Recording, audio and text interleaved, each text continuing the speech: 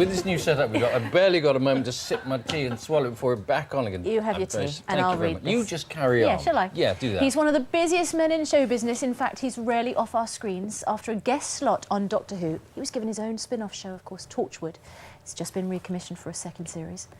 And he's back on our screens in another guise entirely. Are you ready? I'm ready now, yes. Last year, Andrew Lloyd Webber scoured the country for the perfect Maria. Now, it's the boys' turn, as the search is on for a brand new Joseph. And John's putting his West End career to good use, as he's going to be a judge on Any Dream Will Do, which is offering thousands of hopefuls the chance to shine, and most importantly, don that famous Technicolor Dreamcoat. So, before we chat to John, here he is.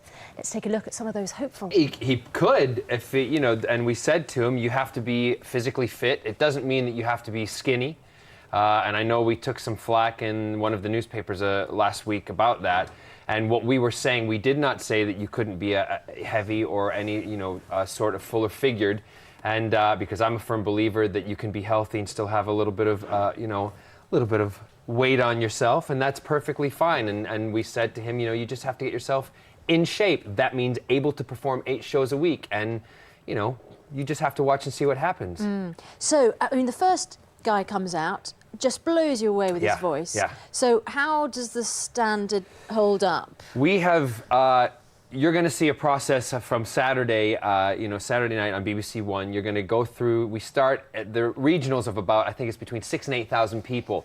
We work our way down to 12 over the next 2 weeks. So over that course, you're going to see a vast amount of talent. I think we have more contenders this year as the boys than we did from the girls last year. And that's also because with Joseph, there's no particular type that we're looking for. He could be anybody. That's good to hear, because we talked about having somebody who's, you know, well-rounded figure doing it. Would you consider having a girl doing it? Because Susanna's desperate. Oh, and do you know she can what? sing. I love Joseph and the Technicolor Dreamcoat. I think Would you wear a loincloth? Well, not just a loincloth. Well, you have to. Yeah. Okay. That rules me out. There you go. It would be the X-rated Joseph. You know. Morning. Never mind. Back on track here. Stop. But do you love the musical? I do. I had I played Joseph when I was in high school, and we did it at our local church. So I know the music very well.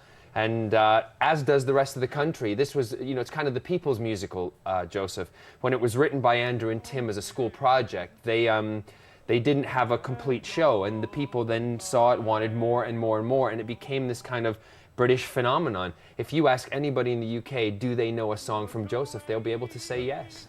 Things got pretty intense when you were doing the same with Maria, and at one point you surprised the contestants by having them stand there and going and snogging them. Yes. Right. You're not going to do that again, or are you? Well, you're just you going never know. You're going to have to watch and find out, because you know, there's a lot of surprises. I spring a lot of stuff on people, so you just have to watch over the next 10 weeks, and you never know. You might see the boys learning how to snog or something else. If he had sleeves, you might have something up there. I think he has. Tell us about your... It's controversial for this time of the morning, isn't it? Tell us about your other judges on the panel. We have Denise Van Outen, who is also a West End leading lady and a Broadway performer like myself. We have Zoe Tyler, who's our vocal coach, who's putting the boys, as we speak, through the mill and teaching them all their songs.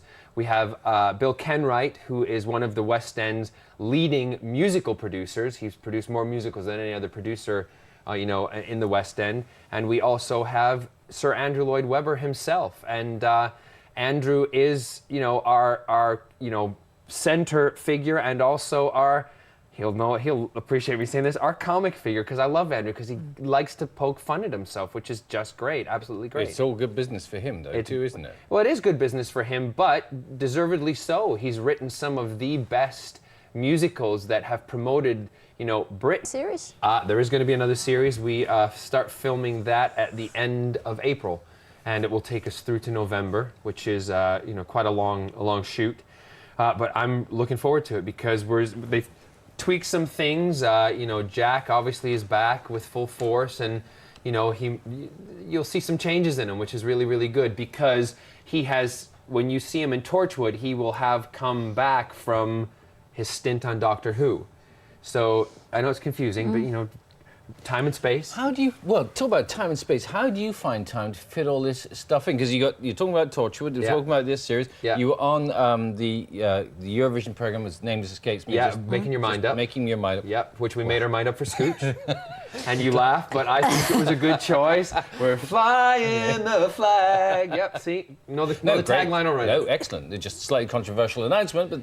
Well, that, yes. Well, I'll leave that But up we've to gone Mr. beyond Morgan. that now.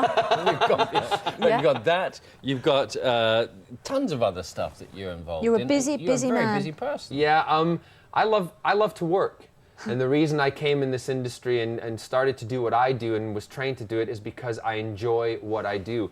There's actually a clone of me that, my mom and dad are not able to produce another one, so we just had myself cloned, and that was my manager's. Is that the quite Scottish pleased with one? that. That's the Yeah, the Scottish Scottish one is the clone one, and I'm the other one.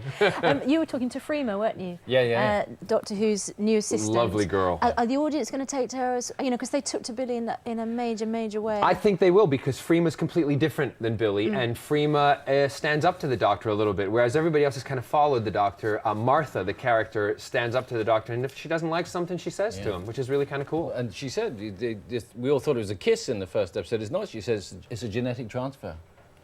Right. I've heard it called some things in the past. But that's a new one. A genetic transfer. Maybe that's what you should do with Joseph. Well, instead of snogging. Like I said, you'll have to watch for that genetic transfer then. Saturday night, 7:45. Thanks very much. Lovely to see you No this problem. morning. Always a Thank you very pleasure to be here.